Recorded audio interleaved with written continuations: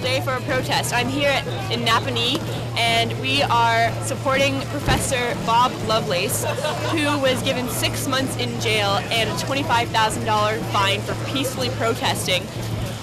He is also was the chief of the Ardoc First Nation, so we're going to get some shots of what's going on here.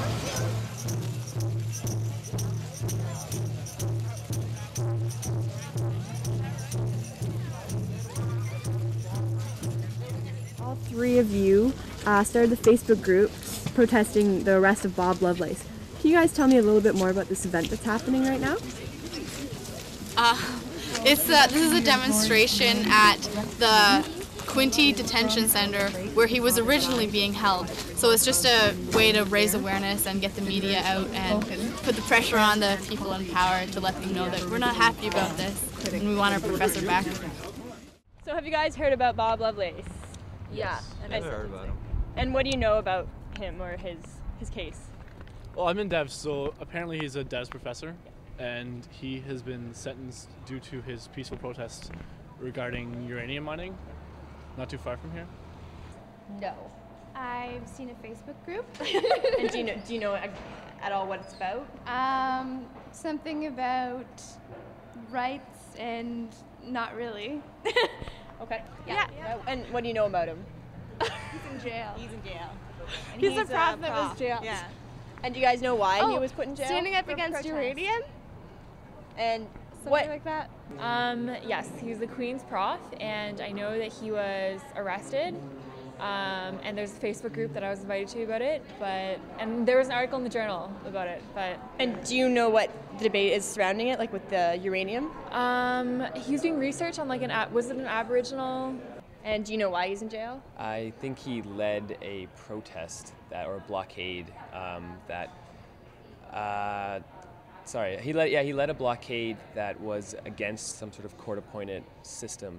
Basically, he's in contempt of court, I guess, and therefore is being punished for it. And you're advertising, obviously, on your laptop here, no uranium. That's fantastic. What is your take, obviously? Uranium. When it comes to actual uranium, I am very pro uranium exploration, and I think that it's a really good idea to be, mining for this stuff because we do have energy demands. But I'm not sure how I feel about it being on, all this exploration happening on disputed lands, like what's happening now. It's a very contentious issue, and I'm not really sure where I stand either way on it because I have a background in geology and I understand the importance of mining. But I also want to understand the importance of land disputes and resolving those land disputes before commissioning exploration programs. I know that he got arrested because he was protesting uranium mining on Aboriginal land.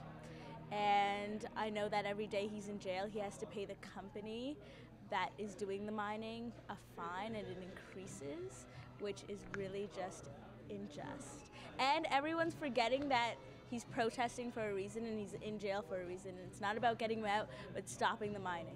The Department of Global Development Studies at Queen's University, where Bob has been teaching Aboriginal Studies courses since about 2001. He has been a regular and very popular instructor. I've got a stack of letters here from students, which I'll read one quote from momentarily. But that is our link here, and Bob has been teaching 2 courses for us, one on campus and one by correspondence. So we've had to deal with a sudden departure. Let's just say it's also an excellent teaching moment for our students, and we hope that we can use this in part to politicize what's going on campus. Let me just tell you very briefly the university's official position on this matter. Is as follows, that all faculty members have a right to take a political position. Bob has been a professional and respected instructor for many years at Queen's, and this incident will in no way affect his ability to teach at Queen's again. Well, about a year ago, a uranium mining company called Frontenac Ventures got the rights to stake uranium or land for uranium just outside Charlotte Lake. So the provincial government gave away these rights or sold the rights without actually undergoing the consultation with the First Nations communities that would be affected. And according to the Constitution, they have to do that. And so really, they were out of place in the first place. And as soon as the citizens of Charlotte Lake found out about this, and the First Nations found out about this, there's been a protest going on for about a year now. And I guess in the summer, the Frontenac Ventures sued the protesters. A judge ordered interim, I think, on the protesters. So the judge made the peaceful protest illegal. And about a week ago, the protesters were in court and fined for about $50,000 in total. And Bob Lovelace got put in jail for 6 months. At the courthouse last week, I got an email from Bob the night before saying, "It looks like I'm going into prison.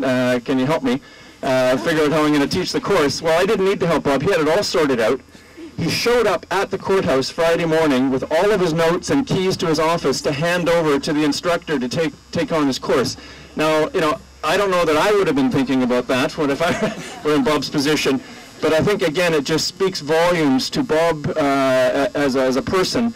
And one of the other reasons that I'm firmly in support of where he stands on this issue. Thank you.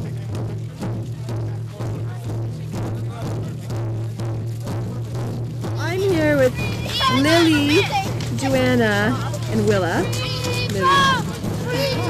So you guys are here obviously for the protest today. Why is this an important issue to you? I think this is an important issue because it has to do with everybody, and it has to do with the land. And if we don't have land that we can live on, and air that we can breathe, and water that we can drink,